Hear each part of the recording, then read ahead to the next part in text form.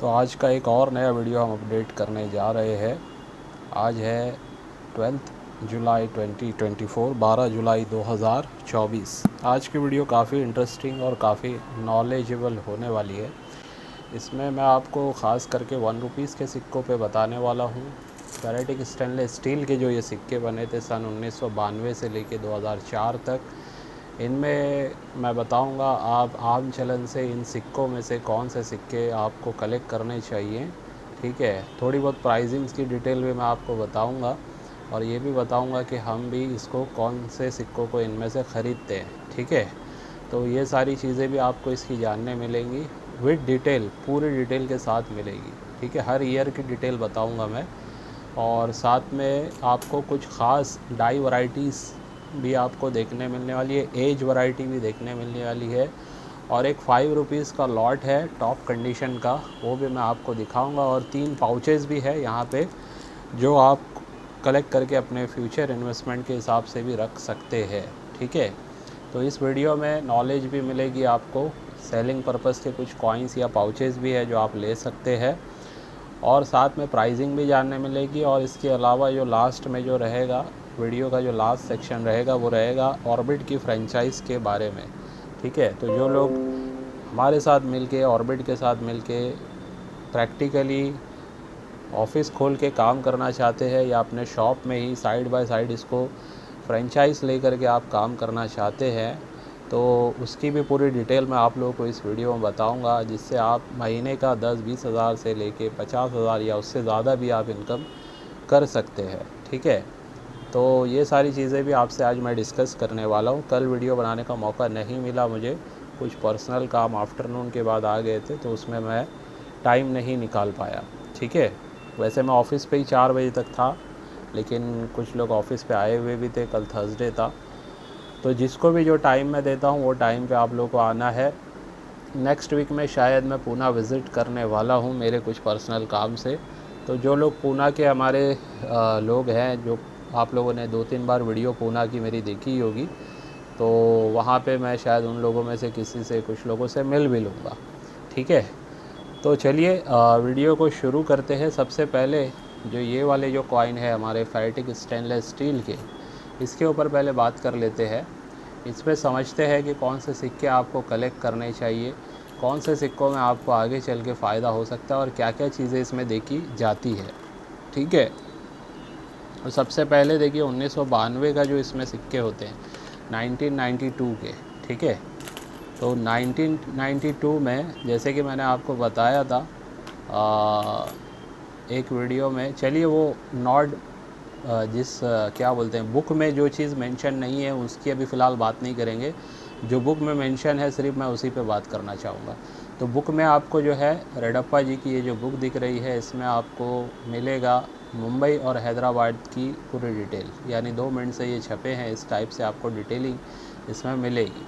अच्छा, बुक्स की जहाँ तक बात है, आपको अगर पीडीएफ फॉर्मेट में हमारे पास से बुक चाहिए तो आपको मिल जाएगी बुक्स भी। ठीक है, तो जिस किसी को भी जो भी बुक हमारे पास अवेलेबल होगी मैं आप लोगों को बता दूंगा। जस्ट आप मैसेज करना है, आपको म्यूल वैरायटी एरर वाले कॉइन्स की भी पीडीएफ बुक वगैरह आपको मिल सकती है। ठीक है, तो एक बार मुझे मैसेज करके आप पूछ सकते हैं, मैं आपको मेरे व्हाट्सएप ग्रुप में ऐड कर दूंगा, वहाँ से आप मुझसे वो फिर डिटेलिंग ले करके आप मुझसे बाय कर सकते हैं। ठीक है, तो जो लोग डायरेक्टली बुक बाय नहीं कर पाते हैं, पीडीएफ आपको बहुत सस्ता पड़ेगा, यानी कि समझ लीजिए 200 रुपये तक में आपको एक पीडीएफ मिल जाएगा। तो अपने मोबाइल में आप पीडीएफ रख के आप उसको कभी भी कहीं पे भी आप जाते हैं तो सिक्कों की डिटेल आपको मिल सकती है।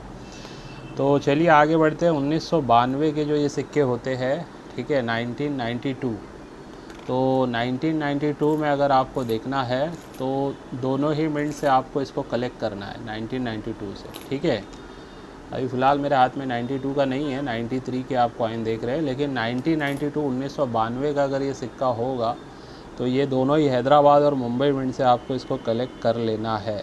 ठीक है, और प्राइसिंग की अगर थोड़ी बहुत मैं इसकी बात बताऊं तो 20-30 रुपये से 40 रुपये से कंडीशन के आधार पर इसकी प्राइस शुरू होती है, और top UNC condition, gem UNC condition में 100-200 रुपये के बीच तक भी इसकी प्राइस जाती है। ठीक है, या उससे ज़्यादा भी जा सकती है। लेकिन 100-200 के बीच का आप प्राइस पकड़ के चल सकते हैं। तो ये 1992 की बात हुई। फिर इसके बाद जैसे आप मेरे हाथ में जो कॉइन देख रहे हैं, ये 1993 का ही है। अब 1993 में ये चारों मिंट से बना है, ठीक है, चारों ही, यानी बॉम्बे, कलकत्ता, हैदराबाद और नोएडा मिंट से, ये चारों मिंट से ये सिक्के बने हैं।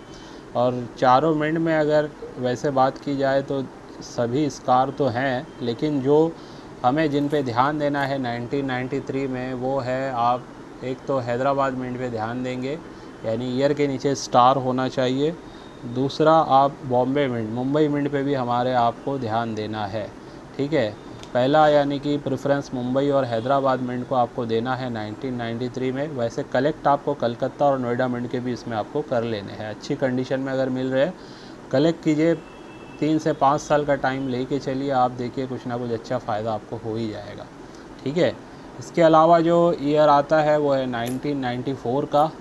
तो 1994 में अगर आपको इसमें देखना है तो वैसे तो मैं बोलता हूँ पहले 1992, 1993 के सभी मिनट के कलेक्ट कीजिए, उसके बाद मैं डायरेक्टली बोलता हूँ 1994, ठीक है। फिर बीच में भी कुछ होते हैं तो, लेकिन फ़िलहाल हम हर ईयर की आज बात करने वाले हैं, तो हर ईयर के हिसाब से मैं आप लोगों को यहाँ पे डिटेलिंग बताने वाला हूँ, ठीक है।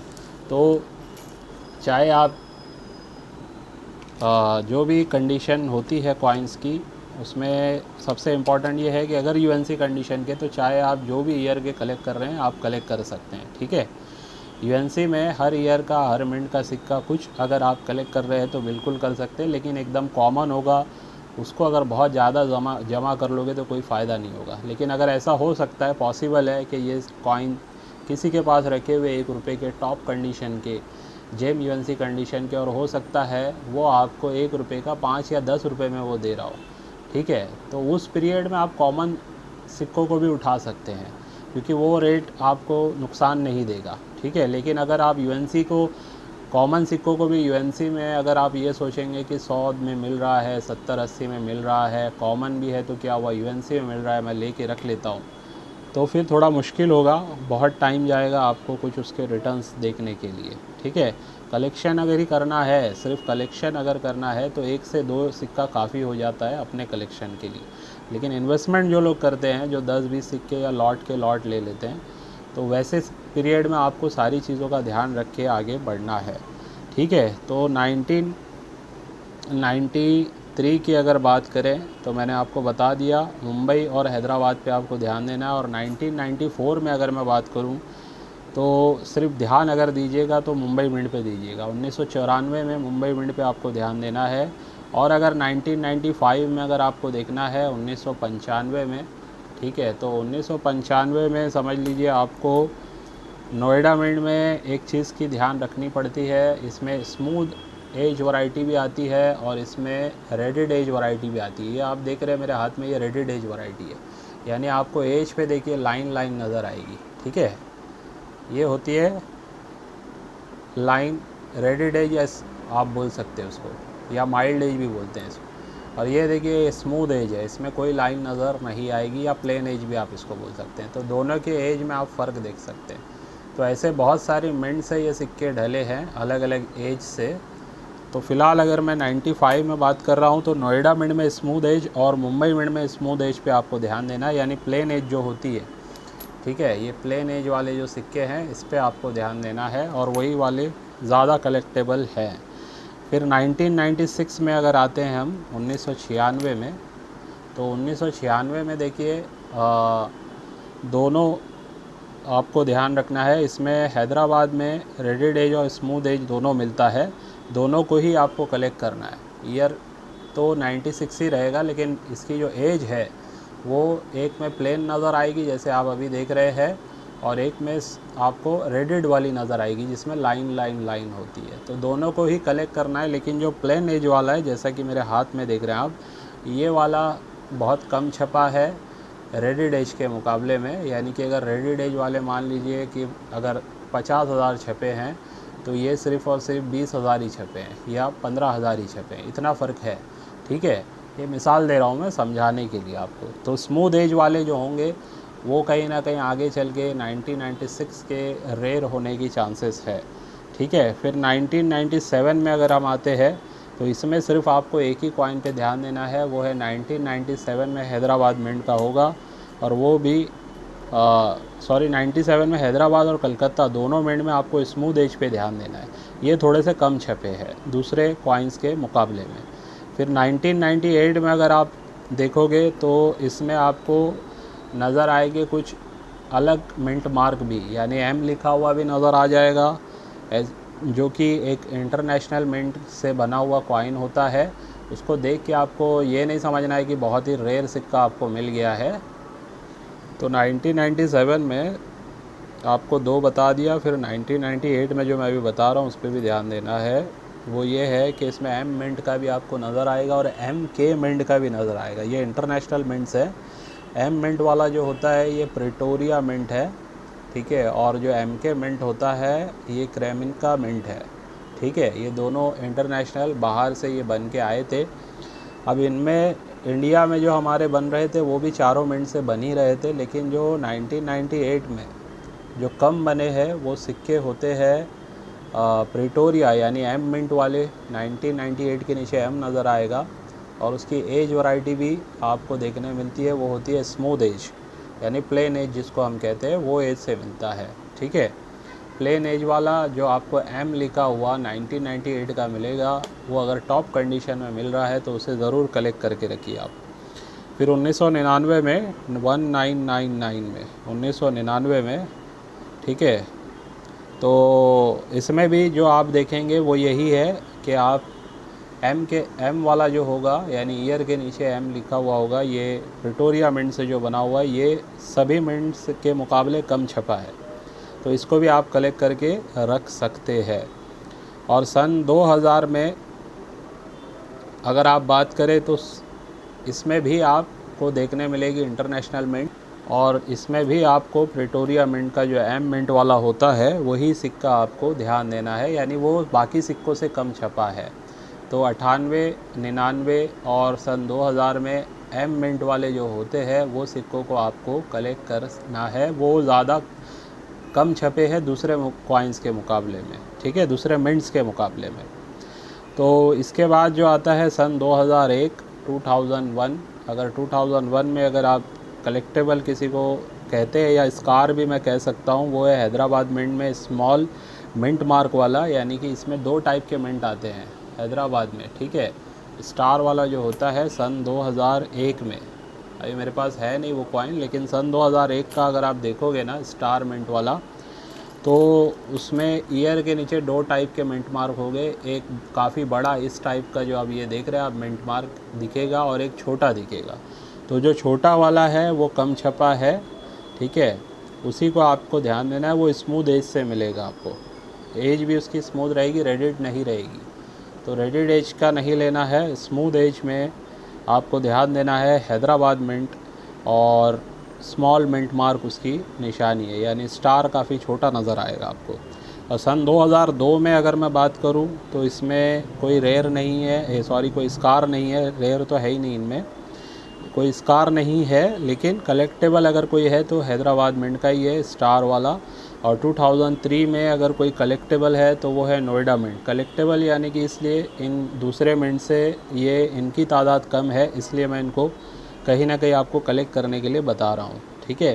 फिर लास्ट में 2004 में सारे ही मिंट से ये स्कार श्रेणी में जाता है, ठीक है। 2004 में चारों मिंट से ये बने हैं, चारों ही मिंट से आप इन्हें कलेक्ट कर सकते हैं, लेकिन जिन पे आपको ज़्यादा ध्यान देना है वो है नोएडा मिंट, ठीक है। नोएडा मिंट से ये कम छपे हैं। तो अगर 2004 में आपको ईयर के नीचे डॉट बना हुआ दिखे, ये वाला डायमंड है, लेकिन अगर आपको डॉट बना हुआ दिखे, उसकी चांसेस ज़्यादा है दूसरे 3 मिनट से पहले उसकी प्राइस बढ़ सकती है, ठीक है। तो ये सारी डिटेल थी इस कॉइन के ऊपर। एफएसएस वाले कॉइन पे मैंने आपको पूरा एक एक ईयर का आपको बता दिया है, ठीक है। अब जिसको भी ये आम चलन से मिलते हैं बस आपको ध्यान देना है और वो वाले सिक्कों को कलेक्ट करना है, ठीक है। इसके बाद जो अभी हमारा पार्ट है इस वीडियो का, जो सेक्शन नंबर 2 है, वो ये है कि आपको अब मैं कुछ 1 रुपीज़ के डब्बू कॉइन में डाई वैराइटीज़ दिखाने जा रहा हूँ, ठीक है। ये 1 रुपीज़ के जो डब्बू कॉइन होते हैं इनके ऊपर अभी हम बात करने वाले हैं। अब ये जो कॉइन है ये भी काफ़ी सालों तक छपे, 1975 से लेके सन 1982 तक ये छपे हैं। 1975 से 1982 तक ये बने हैं। 8 ग्राम के ये होते हैं, ठीक है। और सारी डिटेल्स अगर आपको निकालनी है, सिक्योरिटी एज वगैरह होती है, इसमें कुछ लायन वैराइटीज़ आती है, ठीक है। तो इसमें प्रूफ सेट के भी सिक्के बने थे, याद रखिएगा, ठीक है। प्रूफ सेट के भी सिक्के बने थे, जिसमें आपको ईयर के नीचे बी नज़र आएगा, वो प्रूफ सेट का सिक्का होता है और वो काफ़ी महंगा होता है, ये बात को ध्यान रखना है आपको, ठीक है। तो ये 81 तक बने थे प्रूफ सेट वाले। ईयर्स की अगर बात करूँ तो 75 में भी बना है, 76 में भी बना है, 77 में भी बना है, 78 में भी बना है, 79 में भी बना है, 80 में भी बना है और 81 में भी बना है। 82 में प्रूफ सेट नहीं बना है, ठीक है। तो जिसके ईयर के नीचे बी होगा वो काफ़ी महंगे होते हैं, वो आपको आम चलन में आसानी से मिलेंगे नहीं, तो उसकी बात नहीं कर रहे। लेकिन जो लायन वैरायटी होती है ना, इसमें लायन वैरायटी की बात चल रही है। और जो लायन वैरायटी में जो स्पेशल वैरायटी की बात मैं अभी आप लोगों से शेयर करने जा रहा हूँ वो ये है कि इसमें 4 तो अलग अलग लायन आते हैं, लेकिन एक री इनग्रेव्ड लायन वैरायटी इसको कहा जाता है, जो कहीं ना कहीं प्रूफ सेट में इस्तेमाल की गई डाइस के हिसाब से ही ये बना हुआ डाई है, तो कॉमन डाई नहीं है। री इनग्रेव्ड जो डाई वैरायटी होती है ये एक अलग डाई वैरायटी है। जैसे प्रूफ सेट के लिए जो इस्तेमाल की गई थी डाई, कहीं ना कहीं वही डाई से ये डाई लगाई गई है इस कॉइन के ऊपर। अब आप देख रहे हैं ना, ये 1980 का कॉइन है मुंबई मिंट का, और ये वाला जो है ये रेगुलर है। लेकिन इसमें अगर आपको वैरायटी देखने मिलेगी तो यहाँ पे आपको चेक करना है। अब बहुत सारे नए लोग जो है उनको तो ये बात समझ में आएगी नहीं कि मैं जो लायन वैरायटी पे बताऊं, क्योंकि बहुत बारीकी है इसमें, ठीक है। अब जैसे यहाँ पे अगर आप ध्यान देंगे ना, ये पॉइंट की तरफ आप ध्यान दीजिएगा, जो अशोक चक्र जो बना हुआ है वहाँ पे आपको, यहाँ पे ये जो रेगुलर वाली डाई है इसमें आप देखिए किस टाइप का बीच में पॉइंट है, और यहाँ पे आप देखिए किस टाइप का यहाँ पे अशोक चक्र में पॉइंट है, और फिनिशिंग में भी फ़र्क आपको नज़र आएगा, ठीक है। दूसरी बात जो सबसे आसान है वो ये है कि इसका जो रिम होता है वो बहुत ही बारीक सा होता है, पतला होता है। इसका जो रिम होता है इसके मुकाबले में कहीं ना कहीं रेगुलर वाले में आपको रिम जो है थोड़ा सा मोटा देखने मिलेगा, ठीक है। रिम क्या होती है अगर किसी को समझ में नहीं आ रहा है तो मैं बता दूं, ये जो बॉर्डर होती है इसको रिम कहा जाता है। थोड़ा सा जूम करके दिखा देता हूँ, ये जो गोल आपको जो लाइन दिख रही है ना, बॉर्डर, इसी को रिम कहा जाता है। ये वाली बॉर्डर आपको इससे काफ़ी ज़्यादा थिक नज़र आएगी, ये वाली थिन है, ठीक है। ये वाली पतली सी है, ये वाली थोड़ी मोटी सी बॉर्डर है। तो ये भी एक फ़र्क है इसको पहचानने का, ठीक है। ऐसे अलग अलग कुछ पॉइंट्स हैं जिसको देख करके हम पहचान सकते हैं कि ये री इनग्रेव डाई इस्तेमाल की गई है। तो ये 2 सेट है मेरे पास, एक 1997 में भी है और एक 1980 में भी है, 1980 में भी है और 1977 में भी है, ठीक है। तो ये अभी आज के टाइम में टॉप यूएनसी कंडीशन में 900 से 1000 रुपये में तक बिक रहे हैं। फ़िलहाल मेरे पास जो भी ये कंडीशन है बहुत ही अच्छी कंडीशन की है, ऑलमोस्ट यूएनसी मैं कह सकता हूँ। इस टाइप के कंडीशन के ये री इनग्रेव्ड वाले कॉइन है, दोनों ही आपके लिए अवेलेबल है, नॉर्मल वाला भी और री इनग्रेव्ड वाला भी। और 600 रुपये में ये पेयर मिलने जा रहा है। फ़र्स्ट टाइम मेरे पास आया है, काफ़ी यूनिक चीज़ है ये। आगे चल के देखिएगा ये lion variety, die variety, edge variety, ये सब पे काफ़ी लोग इसमें भी आएंगे कलेक्शन में, और कहीं ना कहीं इनकी डिमांड 2-3 साल 5 साल में काफ़ी अच्छी खासी ऊपर जाएगी, ठीक है। अभी जैसे ये सेट 600 में मिल रहा है, ये सेट आने वाले टाइम में आपको इस प्राइस में बिल्कुल नहीं मिल पाएगा, ठीक है, क्योंकि वैसे ही मैंने इसको कम प्राइस में आप लोगों के लिए कोट किया है। अब आपको एक यूनिक चीज़ दिखाने जा रहा हूँ जो फ़र्स्ट टाइम मेरे पास भी आई है। नॉर्मली लाल बहादुर शास्त्री जी के 5 रुपीज़ के जो कॉइन होते हैं कॉपर निकल के, इसमें आप लोगों को या तो कोई एरर वगैरह देखने मिलता है ना, तो एरर वैरायटी भी होती है, या फिर इसमें एक फर्स्ट स्ट्राइक आता है जिसमें एज काफ़ी गहरी होती है। ये नॉर्मल वाला यूएनसी कंडीशन का कॉइन है, इसमें एज कोई आप देख सकते हैं गहरी नहीं है, नॉर्मल एज है ये, ठीक है। तो वो फर्स्ट स्ट्राइक वाले में बहुत गहरी एज होती है और उसकी शार्पनेस वगैरह भी बहुत अच्छी होती है पूरी कॉइन की। तो आज हम उस पर बात नहीं करेंगे। आज जो एज वैरायटी मैं दिखा रहा हूँ आपको, इसमें जैसे मैं आप लोगों को काफ़ी कॉइन्स बताता हूँ ब्लैक ब्यूटी वाले, ठीक है। तो ये जो आया है मेरे पास फर्स्ट टाइम, मतलब मैंने अपने सिक्कों में देखा, वो है ब्लैक एज वाला, ठीक है। इसके अंदर एक्चुअली एज जो है ना ब्लैक कलर की है, अगर आपको दिख रही होगी, मैंने पिनअप कर दिया है, फिर भी कोशिश करते हैं दिखाने की। चलिए मैं खोल के ही दिखा दूंगा, अगर किसी को बाय करना होगा तो। वैसे ये मेरे कलेक्शन में मैं रखने वाला हूँ, फिर भी बता रहा हूँ। देखिए इस टाइप के यूनिक कॉइन होते हैं। अभी इसकी एज ही इस टाइप की है ना, कलर इसका पूरा डार्क है, ब्लैक एज है, सिर्फ एज में ब्लैक है, बहुत ही यूनिक दिख रहा है ये कॉइन, ठीक है। तो इसको मैंने स्लीव में लगा के रख दिया है फ़िलहाल। और जिस किसी को अगर लेना है तो ये रेयर वैरायटी है एज में, 1500 रुपये में मैं मैक्सिमम अगर दिया तो दे पाऊँगा, इससे 1 रुपये भी कम नहीं होगा। वैसे ये अभी तक मुझे मिला नहीं था, फ़र्स्ट टाइम ही मिला है, हो सकता है मैं सेल भी ना करूँ इसको। तो ये एक जानकारी के लिए आपको कि इस टाइप के एज भी आपको ब्लैक कलर के देखने मिल सकते हैं, ठीक है। और कुछ जो पाउचेस मैंने कहा था, तो ये 3 पाउच एक साथ देने वाले पाउच है, स्कार श्रेणी के हैं कुछ। इसमें एक कलेक्टेबल भी है। स्कार की अगर बात करूँ तो ये हमारा भेल वाला BHEL वाला ये जो कॉइन है नोएडा मिंट से, एक ये पूरा पाउच है हमारे पास, ठीक है, JMBU वाला। और जमशेद जी टाटा वाला भी ये सिक्का आप देख सकते हैं, नोएडा मिंट का आपको देखने मिल जाएगा। तो ये 5 रुपये के स्मारक सिक्कों में ये स्कार श्रेणी के सिक्के हैं। और एक है हमारे पास नेहरू जी का कलकत्ता मिंट का, ठीक है, ये भी BU कंडीशन वाले सारे कॉइन है। 100 कॉइन्स का ये पाउच है। तो जिस किसी को ये पूरा बुक कराना है बुक करवा सकते हैं। ये तीनों एक साथ देने हैं 8500 रुपीज़ में, ठीक है। ये तीनों एक साथ देने हैं 8500 रुपीज़ में। जिस किसी को भी बुक कराना है बुक करवा सकते हैं, अच्छे रेट में मिल रहे हैं। और अगर 3 से 5 साल होल्ड करते हैं आप, तो इस पे भी आपको कुछ अच्छा फ़ायदा देखने मिल सकता है। अब जो लॉट दिखाने जा रहा हूँ मैं आप लोगों को, ये समझ लीजिए काफ़ी बहुत ही अच्छे रेट में आपको मिलने जा रहा है ये लॉट। और ये 5 रुपीज़ के सिक्कों का लॉट है। इस कंडीशन में जो भी रखेगा, मेरे हिसाब से आने वाले 5 साल में बहुत ही अच्छी उनको प्रीमियम जिसको हम कहते हैं, या प्रॉफिट आप बोल लीजिए, वो आपको देखने मिल सकती है। अब ये पूरा लॉट है, 21 कॉइन है मेरे ख्याल से ये, ठीक है। बेस्ट कंडीशन के ये कॉइन्स अवेलेबल हुए हैं। इसमें 5 रुपीज़ एग्रीकल्चर वाले कॉइन भी 5-6 पीस है, मुंबई मिंट के हैं, ठीक है। डायमंड आपको देखने मिलेगा, ये देखिए डायमंड ईयर के यहाँ पे आप अगर ध्यान देंगे तो आपको डायमंड नज़र आ जाएगा। बहुत ही लस्टर किसी में इतना बेहतरीन है और किसी में थोड़ा सा डल है, लेकिन टॉप कंडीशन के ये सारे कॉइन हैं, ठीक है। एज वैरायटी भी आप चेक कर सकते हैं। UNC कॉइन्स में एज को देखना बहुत ज़रूरी होता है, ठीक है। एज में काफ़ी चीज़ें समझ में आ जाती है, ठीक है। ये एज आप देख सकते हैं इनकी। तो इस टॉप कंडीशन के ये सारे कॉइन है। इसमें 2 तमिल कॉन्फ्रेंस वाले भी है 5 रुपीज़ के मुंबई मिंट के, जिनके हाल ही में बुक में जो प्राइस आई है 2500 रुपये दी गई है, सॉरी 1500 रुपये दी गई है मुंबई मिंट से। नोएडा मिंट से 2000 रुपये इसकी प्राइस दी गई है। तो ये भी इसमें 2 कॉइन है महात्मा बसवेश्वरा जी के। इसमें 4 मेरे ख्याल से कॉइन है, ठीक है।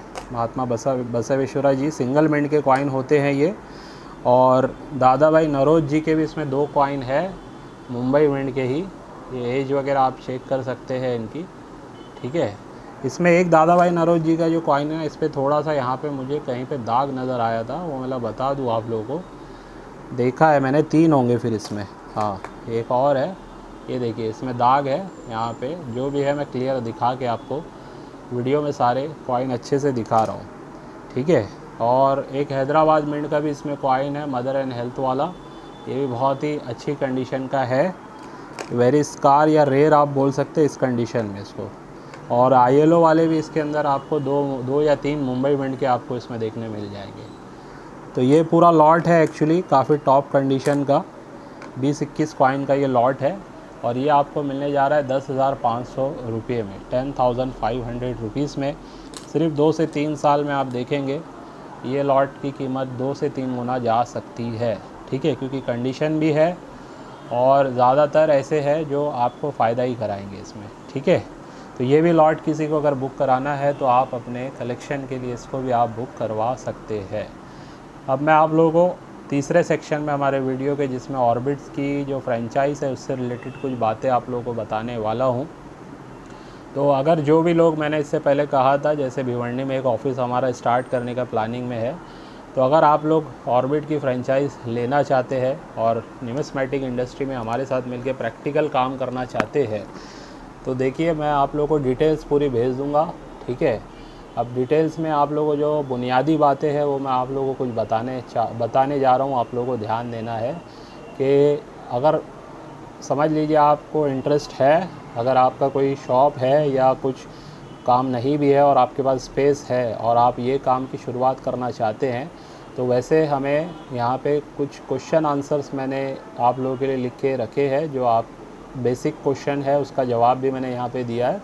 जैसे ऑर्बिट की फ्रेंचाइज़ शुरू करने के लिए कितने पैसे की आवश्यकता है, ठीक है। तो फ्रेंचाइज़ शुरू करने के लिए आपको as a security deposit 25,000 rupees pay करना है, और वैसे ये रिफ़ंडेबल रहेगा, यानी कि ये 25,000 आपको रिफ़ंड भी हो जाएंगे, लेकिन सिक्योरिटी बेस पे आपको इसको डिपॉज़िट कराना है, क्योंकि आपको कुछ रूल भी फॉलो करने हैं, उसके हिसाब से ही आपका काम आगे रहेगा।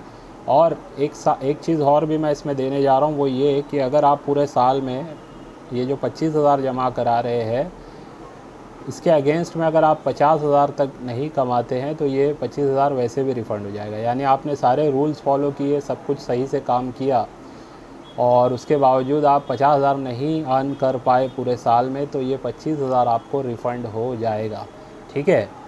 और अगर रिस्क की अगर बात करूँ तो यही है कि अगर हमारे रूल्स अगर फॉलो नहीं करेंगे तो कोई भी रिस्क नहीं है। और महीने की इनकम अगर कोई पूछता है कि कितना हम कमा सकते हैं, तो अंदाज़ा मैं दे रहा हूँ 10-20 हज़ार से 50-60 हज़ार भी आप इसमें कमा सकते हैं। वो कैसे कमा सकते हैं, सारी चीज़ें मैं आपको अगर आप मेरे ऑफिस पे आएंगे तो बता सकता हूँ, ठीक है। और रूल्स में अगर कुछ बात का ध्यान रखना है तो टॉप 3 ये रूल्स है हमारे। पहला नियम कि कोई भी सिक्का ख़रीदते या बेचते वक्त, ठीक है, किसी के साथ भी चीटिंग नहीं करनी है, हमें कोई गलत चीज़ें नहीं देनी। अगर कोई गलती हो गई तो उसको एक्सेप्ट करना है, वो चीज़ को वापस ले लेना है, ठीक है। अदरवाइज़ ऐसा अगर आप नहीं करते हैं तो आपकी वो फ्रेंचाइज़ बंद हो जाएगी, वो 25,000 आपको वापस रिफ़ंड नहीं हो पाएगा, ठीक है। तो एक तो ये चीज़ का ख्याल करना है। फिर इसके अलावा अगर दूसरी बात की बात करूँ तो बिना कोई भी चीज़ हमारे से पूछे, अगर आपके पास कोई भी हमारे ऑफिस पे ऑर्बिट के नाम से आपको कोई बेचने या ख़रीदने कोई चीज़ आ रहा है, तो बिना हमारे बताए आपको कोई भी चीज़ ना बेचनी है ना ख़रीदनी है। बेचने से मतलब ये है कि जो रेट्स हम देंगे उसी रेट्स में आपको बेचने हैं, और जो रेट के हिसाब से हम बोलेंगे उसी रेट्स के हिसाब से आपको सारी चीज़ें बाय करनी है, चाहे वो कॉइन्स हो या रेयर नोट्स हो, ठीक है, या और कोई भी चीज़ जो हम काम करेंगे, जो भी चीज़ें रहेगी, रेयर जो भी आइटम्स होंगे, उससे रिलेटेड ये चीज़ों का आपको दूसरा नियम जो है, हमारा रूल जो है, उसको फॉलो करना है, ठीक है। और जो तीसरी चीज़ है वो ये है कि हमेशा अपने आप को अपडेट रखना है सारी चीज़ों से। और जो मुद्रा शास्त्र में आप लोगों को पता है बहुत सारे अलग अलग चीज़ें हैं, चाहे वो एरर का एक टॉपिक है, म्यूल कॉइन्स के टॉपिक्स होते हैं, OMS कॉइन्स के टॉपिक्स होते हैं। तो फ़िलहाल अगर आपने भले ही रिपब्लिक इंडिया की थीम पे काम स्टार्ट किया है हमारे साथ, तो रिपब्लिक में भी बहुत सारी चीज़ें होती है, ये सारे टॉपिक्स होते हैं, तो उनको कहीं ना कहीं आपको सीखते रहना है। ये नहीं कि आपने बस फ्रेंचाइज़ ले लिए अब आपको पैसा मिलेगा, तो ऐसा नहीं होता है। अर्निंग याद रखिए, अगर आप सीख के कोई चीज़ करते हैं ना, सही से फॉलो करते, तो अर्निंग ऑटोमेटिक होती है, ठीक है। तो सारी चीज़ें हम ही नहीं सिखाएंगे, कुछ चीज़ें आपको खुद से भी सीखनी पड़ेंगी, उसमें हमारी जो भी हेल्प लगेगी हम आपको हेल्प करने के लिए तैयार है। कंटेंट चाहिए तो कंटेंट दे देंगे। अभी जैसे मैंने कहा कि हमारे पास बुक्स के PDF भी अवेलेबल हो गए हैं, तो जो लोग हमारे फ्रेंचाइज होल्डर होंगे उनके पास ये PDFs भी रहेगी, बुक्स भी रहेगी। वो 25,000 हम जो लेंगे ना आपसे, वो आप ही के ऊपर खर्चा करने वाले हैं, ठीक है। यानी कि आपको एसेसरीज़ भी प्रोवाइड करवा देंगे, और आपका वहाँ पे आपके एरिया में एडवर्टाइज़ भी होगा, साथ में हमारे वीडियोस में बार बार आपको बताया जाएगा कि हमारी फ्रेंचाइज़ वहाँ पे अवेलेबल है, तो काफ़ी लोग आपको जानेंगे भी, इंटरेक्शंस होगा आपको काफ़ी लोगों से, ठीक है। तो ये सारी बातें होती है। अब इसके लिए कितनी जगह लग सकती है, तो ज़्यादा बड़ी जगह लेने की ज़रूरत नहीं है। अगर 150 से 200 स्क्वायर फीट यानी 150-200 स्क्वायर फीट की अगर कोई जगह है, स्पेस है, जहाँ पे आप अपना कुछ काम कर रहे हैं, उसके अलावा आप ये काम करना चाहते हैं तो आप कर सकते हैं। लेकिन यही बात का ध्यान रखना होगा कि वो जगह अप्रोचेबल होनी चाहिए, यानी ऐसी कोई बहुत ज़्यादा दूर ना हो, कोई गांव में ना हो कि लोग आपके पास आ ही ना पाए। ठीक है, फ़िलहाल मैं ये जो काम देने जा रहा हूँ वो मुंबई महाराष्ट्र के लिए ही देने जा रहा हूँ, लेकिन अदर स्टेट के लोग ने भी कांटेक्ट किया था, मैंने उनको होल्ड पे रखा है, मेरा वीडियो आने वाला है ये बोल करके। तो अदर स्टेट वाले अगर करना चाहते हैं तो भी आप ले सकते हैं, लेकिन फिर वहाँ पे ये होगा कि प्रैक्टिकली मेरा आना जाना आपके लिए पॉसिबल हमेशा नहीं रहेगा। हो सकता है कभी कभार मैं आ जाऊँ आपके इधर पे, लेकिन हमेशा वहाँ पे नहीं आ पाऊँगा, या हो सकता है साल में एक आध बार ही वहाँ पे मैं आ पाऊँगा। लेकिन आपको फिर वहाँ से रिटर्न्स ज़्यादा हमेशा बार बार आते रहना पड़ेगा यहाँ पे, या फिर पार्सल्स के थ्रू भी काम हो सकता है। लेकिन जो मुंबई के आसपास है, यानी भिवंडी सिटी से मैं समझता हूँ 200 किलोमीटर की रेंज में जो भी सिटी है, अच्छी सिटी जहाँ पे ये काम की शुरुआत की जा सकती है, तो वहाँ के लोग हमें ज़रूर कांटेक्ट करें। ये अपॉर्चुनिटी ख़ास करके मैं उन लोगों के लिए फ़िलहाल शुरू करने जा रहा हूँ। ठीक है, तो ये सारी चीज़ें हैं। और कितना पैसा लगेगा ये भी बात का ध्यान रखिए। एक तो हो गया आपने फ्रेंचाइज़ के लिए पैसा दिया, लेकिन बिज़नेस है ना ये, तो बिज़नेस ऐसे ही नहीं होगा आपका, आपके पास भी तो कुछ पैसा होना चाहिए। तो शुरुआत में मैं समझता हूँ 50,000 से 1 लाख रुपए अगर है तो वो काफ़ी है बिज़नेस शुरू करने के लिए, जिसमें 10-20-25 हज़ार रुपये आप महीने की इनकम ले सकते हैं। लेकिन अगर सही कहूँ कि मतलब अच्छी इनकम अगर आपको देखनी है प्रॉपरली, तो 3-4 लाख या 5 लाख अगर होगा आपके पास बैकअप में, जो आप 3 से 6 महीना होल्ड भी कर सकते हैं जो फ़ंड को। यानी वो ऐसा फ़ंड ना हो कि बस आपने कोई चीज़ हमारे बोलने पे ले ली और फिर आप सोचेंगे कि बस उसके दूसरे तीसरे दिन या 15 दिन में, महीने भर में आपको उसका प्रॉफिट के साथ रिटर्न मिले, तो थोड़ा वो चीज़ गलत हो जाएगी। तो हमेशा ध्यान रखिए, जो ये बिज़नेस है ये कोई प्रोडक्ट वाला बिज़नेस नहीं है, ये शौक़ वाला बिज़नेस है। लेकिन आप देख रहे हैं हमारा काम 2-2.5 साल से कितने लोगों ने हमारे साथ काम स्टार्ट किया हुआ है हमसे सीख करके, और साथ में बहुत सारे लोगों ने मेंबरशिप ली है, बहुत सारे लोग हमसे कॉइन्स ख़रीदते भी हैं। तो अब हम सिटी या स्टेट लेवल में अलग अलग डिस्ट्रिक्ट में जाने वाले हैं। तो आप भी अगर ऐसा ही कुछ करना चाहते हैं तो धीरे धीरे होगा, साल 2 साल 3 साल लगेंगे, लेकिन स्टेप बाय स्टेप आपको जाना है। ठीक है, तो इससे रिलेटेड जिसको भी इंक्वायरी करनी है, मैं तो कहूँगा एक बार मेरे ऑफिस पे विज़िट करिएगा, तो आराम से हम बैठ के इसके बारे में पॉइंट टू पॉइंट सारी बातें डिस्कस कर लेंगे। ठीक है, तो उससे आपको पूरी चीज़ें क्लियर हो जाएगी और आप आगे अपना बिज़नेस अच्छे तरीके से बिना हमारी ज़्यादा मदद के भी खुद ही कर पाओगे। ठीक है, तो चलिए आज का वीडियो यहीं पे एंड करता हूँ, इस उम्मीद से कि आज की वीडियो से भी आपको कुछ ना कुछ सीखने समझने मिला होगा। बाय।